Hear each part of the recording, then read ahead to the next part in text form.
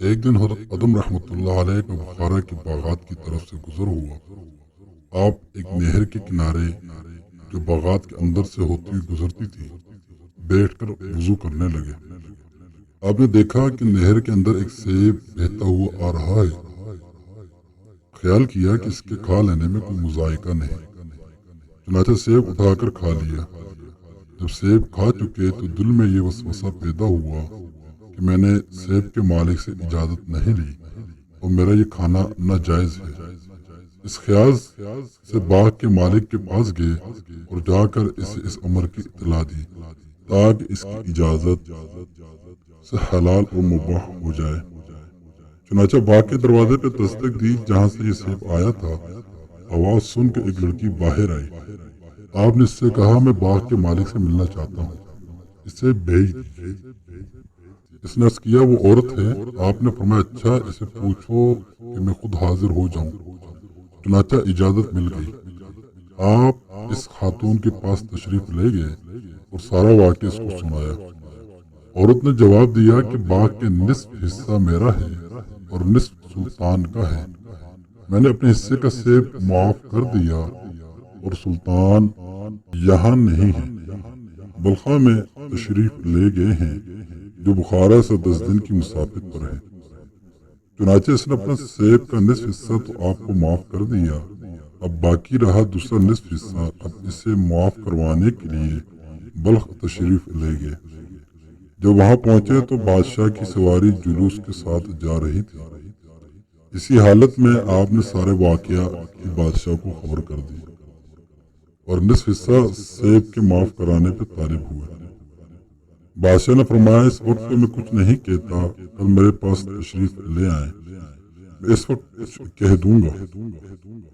بادشاہ کی ایک نہایت ہی خوبصورت حسین و جمیل بیٹی تھی اور بہت سے شہزادوں کی طرف سے پیغام نکاح اس کے لیے آ چکے تھے، لیکن اس شہزادی کا باپ یعنی بادشاہ انکار کر دیا کرتا تھا، کیونکہ بیٹی عبادت گزار اور نیک کاروں کو بہت پسند کرتی تھی، اس لیے اس کی یہ خواہش تھی کہ دنیا کی کسی مشہور زاہد سے ان کا نکاح ہو۔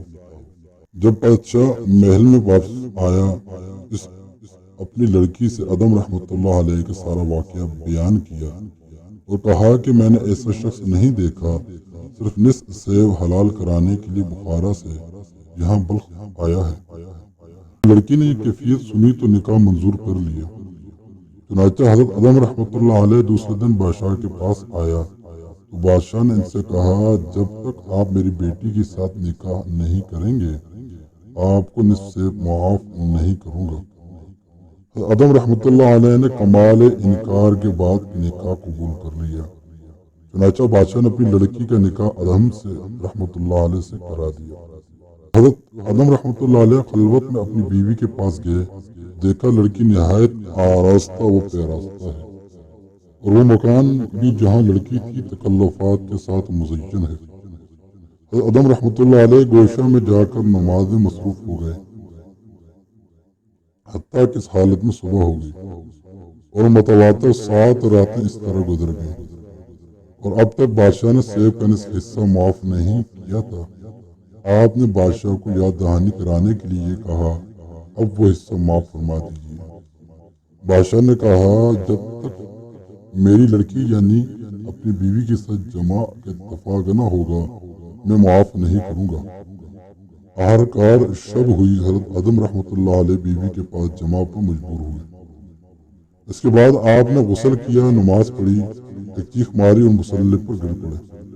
لوگوں نے دیکھا تو حضرت ادم رحمۃ اللہ علیہ انتقال کر چکے تھے۔ بعد ازاں اس لڑکی کے بطن سے ادم رحمۃ اللہ علیہ کا ایک لڑکا پیدا ہوا اور وہ ابراہیم رحمۃ اللہ بن ادم تھا۔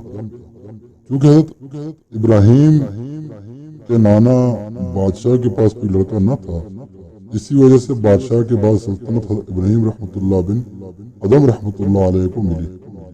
آپ رحمۃ اللہ علیہ کی سلطنت چھوڑنے کا واقعہ مشہور ہے اور اس کی اصل بھی یہی ہے۔